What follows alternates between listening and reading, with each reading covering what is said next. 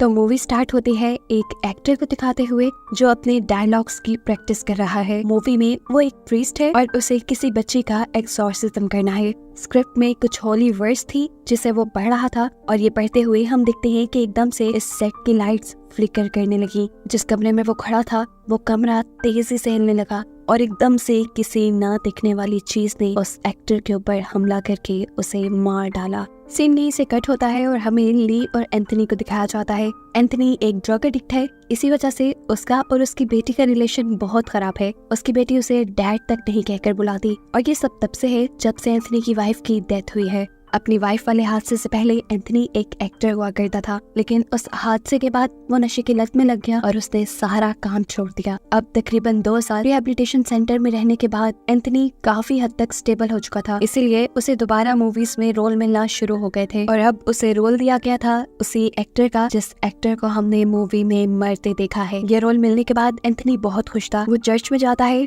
और कन्फेस करता है उसने अपनी लाइफ में बहुत सारी गड़बड़ियां करती थी। अपनी वाइफ के मरने के बाद उसने अपनी फैमिली खराब कर दी, नशे में पड़कर अपनी बेटी से वो दूर हो गया, लेकिन अब वो सब ठीक करना चाहता था। वो पहले की तरह काम करके अपनी बेटी के करीब आना चाहता था और साथ ही अपनी वाइफ की सोल को सुकून देना चाहता था। एंथनी अब घर आता है जहाँ वो और ली काम के बारे में बात करते हैं। ली के पास भी कोई जॉब नहीं थी, इसीलिए वो अपने डैड गिनी एंथनी की पर्सनल असिस्टेंट बन गई। फिर अब शूटिंग स्टार्ट हो जाती है। ली शूटिंग पे अपने डैड के साथ आया करती थी, जहाँ उसे मूवी की लीड कैरेक्टर ब्लेक भी मिली, जिसके साथ उसकी अच्छी खासी दोस्ती हो गई। ब्लेक उसे ये पूरा सेट दिखाती है और ये लोग जब एक जगह से गुजरते हैं जहाँ 2 रोबोट रखे हुए थे तो ली को देखते ही एक रोबोट अजीब तरह से स्पार्क करने लगा। खैर शूटिंग अब शुरू हो जाती है और एंथनी शूटिंग से पहले शूटिंग सेट पर मौजूद टूरिस्ट से अपने कैरेक्टर के बारे में कुछ बातें करता है। ये लोग जब बाइबल की कुछ वर्स के बारे में बातें कर रहे थे तो हमने नोटिस किया कि एंथनी की नाक से खून आने लगा, लेकिन एंथनी ने इस बात को नजरअंदाज कर दिया, ये समझते हुए कि ये उसकी मेडिसिन का साइड इफेक्ट हो सकता है। आज की सीन्स काफी अच्छे से कवर हो जाती है, जिसके बाद ली और एंथनी अपने घर आ जाते हैं। आधी रात में ली जब अपना फोन यूज कर रही थी तो तब उसे अपने लॉन्च में से अजीब किसी चीज के खड़कने की आवाज आई और जब चेक करने गई तो दूसरे कमरे का दरवाजा लॉक था। तभी उसके किचन का नल किसी ने ऑन कर दिया। जैसे ही उसने किचन में जाकर नल बंद किया तो उसे लॉक खुलने की आवाज आई। वो दरवाजा अब खुल चुका था जो पहले लॉक था और अंदर कोई भी नहीं था। वो इन सब चीजों को इग्नोर करके अपने रूम में जाने ही वाली थी, लेकिन तभी उसे एंथनी यानी उसके डैड कॉरिडोर में खड़े दिखाई दिए। ली उसके पास गई, वो कुछ बड़बड़ा रहा था। ली उसे पकड़कर झंझोड़ देती है, जिसकी वजह से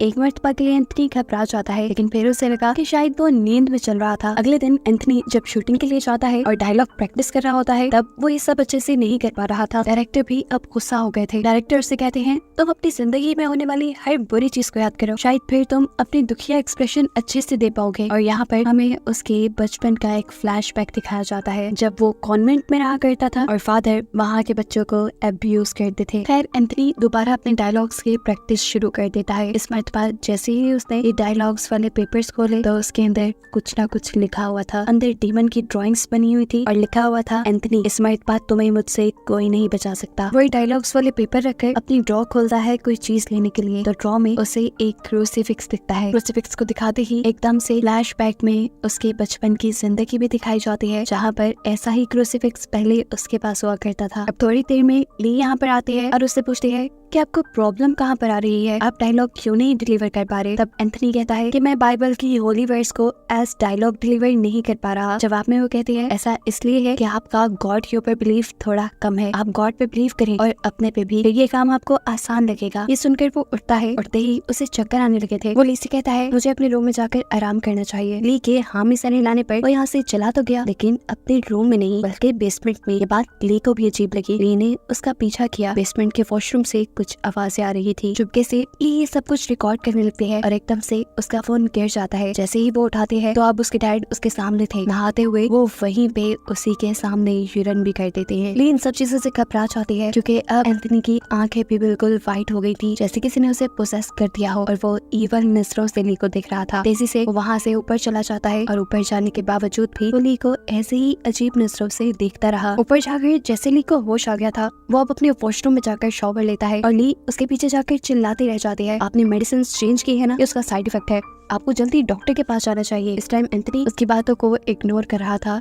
जबकि हम उसकी बॉडी पे काले धब्बों को देख रहे थे, जो इस बात की कंफर्मेशन थी कि वो किसी इवल चीज के पोजेशन में है, यानी किसी बुरी ताकत ने उसे अपने कब्जे में ले लिया है। ये निशान जैसे कुछ ही सेकंड के लिए उसकी बॉडी पे आए थे और फिर चले भी गए। मूवी सेट पर डायरेक्टर, प्रोड्यूसर और किसी भी को एक्टर को एंथनी की एक्टिंग पसंद नहीं आ रही थी, इसीलिए वो अपसेट होकर दोबारा ड्रिंक करने लगता है। जबकि यहाँ फादर ली से सवाल करते हैं, क्या इस मूवी में जो कुछ हो रहा है तुम्हें उस पर बिलीव है? ली जवाब में कहती है, पहले तो नहीं था, लेकिन रात जो मैंने देखा है उसके बाद कुछ कुछ यकीन हो रहा है। इसके बाद ली जब घर आती है तो देखती है कि एंथनी उससे पहले ही घर आ चुका था। उसके हाथ बुरी तरह जख्मी थे, जिसमें से खून बह रहा था और मुंह का भी तकरीबन यही हाल था। उससे मिली उससे कहती है, आपने दोबारा ड्रग्स शुरू कर दी, उसी लाइफ में वापस चले गए जिससे मुझे नफरत थी, इसलिए अब मैं आपके साथ नहीं रहूंगी। ये सुनकर वो गुस्से से पागल हो गया, इतनी जोर से चिल्लाया कि वहाँ कमरे में मौजूद सभी कांच की चीजें टूट गई और फिर अजीब भयानक से तरीके से चलते हुए अपनी बेटी के सामने आया। पुलिस से कहता है, कहाँ जाओगे तुम? तुम्हारे पास ना स्कूल है ना माँ है, बचाव में तुम मेरे पास ही रहोगी। ये सुनकर ली बुरी तरह डर जाती है और गुस्से में कहती है,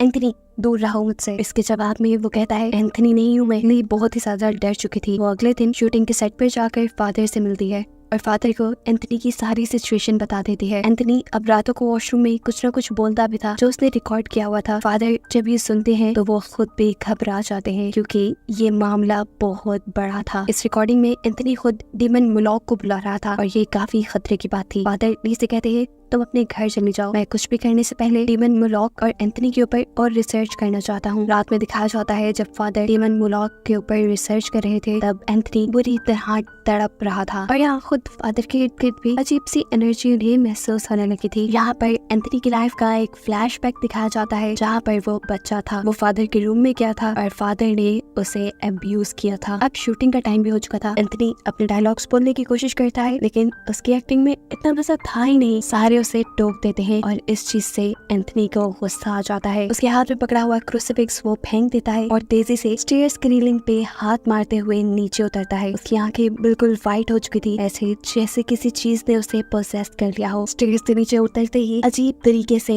उसकी बॉडी मुड़ने लगती है। उसकी कमर उल्टी तरफ मुड़ गई थी और ये सिर्फ एक बार नहीं बल्कि कई बार हुआ था। जिसके बाद ली जब उसे रोकने की कोशिश करती है, ये कहते हुए कि एंथनी रुक जाओ, तो वो इस बार भी यही जवाब देता है, एंथनी नहीं हूँ मैं। जिसके बाद वो बार बार अपना सर टेबल से मारने लगा। ये सारा तमाशा देखकर डायरेक्टर एंथनी को किसी और एक्टर से रिप्लेस कर देता है और जब वो वाला एक्टर अपने डायलॉग्स रिहर्सल कर रहा था तो एंथनी ने आकर उसकी आंखों में कांच डाल के उसे मार डाला। उसकी इस हरकत की वजह से अब इस मूवी की शूटिंग बंद कर दी गई थी, जिसकी वजह से मूवी की मेन कैरेक्टर भी बहुत परेशान थी। वो परेशान थी इसलिए ली उसे अपने घर ही ले आई, जहाँ दोबारा एंथनी ने इन दोनों के ऊपर हमला कर दिया। ये दोनों उससे परेशान हो जाती हैं और उसे वहाँ से जाने को कहती हैं, जो सुनकर एंथनी विंडो से जंप कर देता है। लेकिन हैरानी की बात थी, वो विंडो से नीचे नहीं गिरा बल्कि कहीं गायब हो गया। डायरेक्टर ये दोनों जाती है फादर के पास, उन्हें ये सारी बात बताती है, जिसके जवाब में फादर उन्हें बताते हैं कि तुम्हारे डैड को डीमन मुलॉक ने पोसेस किया हुआ है और अब वो वहीं मिलेंगे जहाँ से पोसेशन शुरू हुआ था, यानी शूटिंग के सेट पर। अगली जब मूवी सेट पे आई तो उसे सामने एक रूम के अंदर बाइबल गिरी हुई नजर आई। वो जैसे ही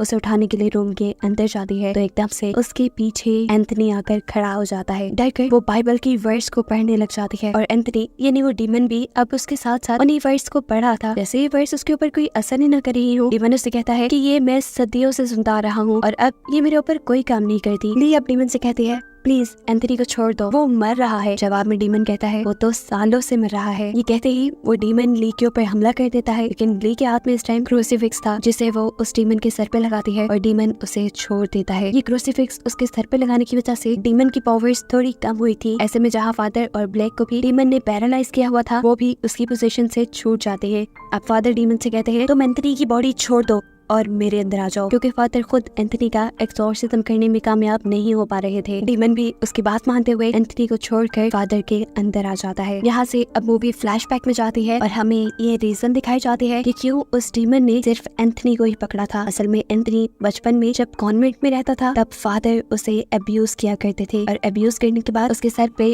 उल्टा क्रॉसिफिक्स बना देते थे, यानी वहाँ पर गॉड को माना नहीं जाता था, वहाँ पर डीमन की वर्शिप होती थी। डीमन की यानी यानी शैतान की पूजा की जाती थी। ये ट्रॉमा बचपन से अब तक एंथनी के दिमाग में था और यही उसकी कमजोरी बनी, जिसकी वजह से डीमन ने उसको पोजेस कर लिया। सीन दोबारा प्रेजेंट में शिफ्ट होते हैं, जहाँ अब फादर की बॉडी में वो डीमन है। फादर को बचाने के लिए एंथनी यहाँ होली क्रूसिफिक्स उठाता है और बाइबल की वर्स पढ़ना शुरू कर देता है। अब उसकी वर्स डीमन के ऊपर असर दिखा रही थी, क्योंकि वो बचपन वाले अपने ट्रॉमा से अब निकल चुका था और गॉड के ऊपर बिलीव रखते हुए ये वर्स पढ़ रहा था, और ऐसे वो डीमन कमजोर होकर फादर को छोड़ देता है। कहानी के आखिरी सीन में हमें एंथनी और ली को दिखाया जाता है, जो अब अपनी लाइफ नॉर्मल गुजार रहे थे। एंथनी रोज चर्च जाने लगा था, जबकि ली अपने साथ हुए इस सारे वाकये की स्टोरी लिख रही थी और इसके ऊपर वो एक फिल्म बनाना चाहती थी, जिसे दिखाते हुए ये कहानी यहाँ खत्म हो जाती है।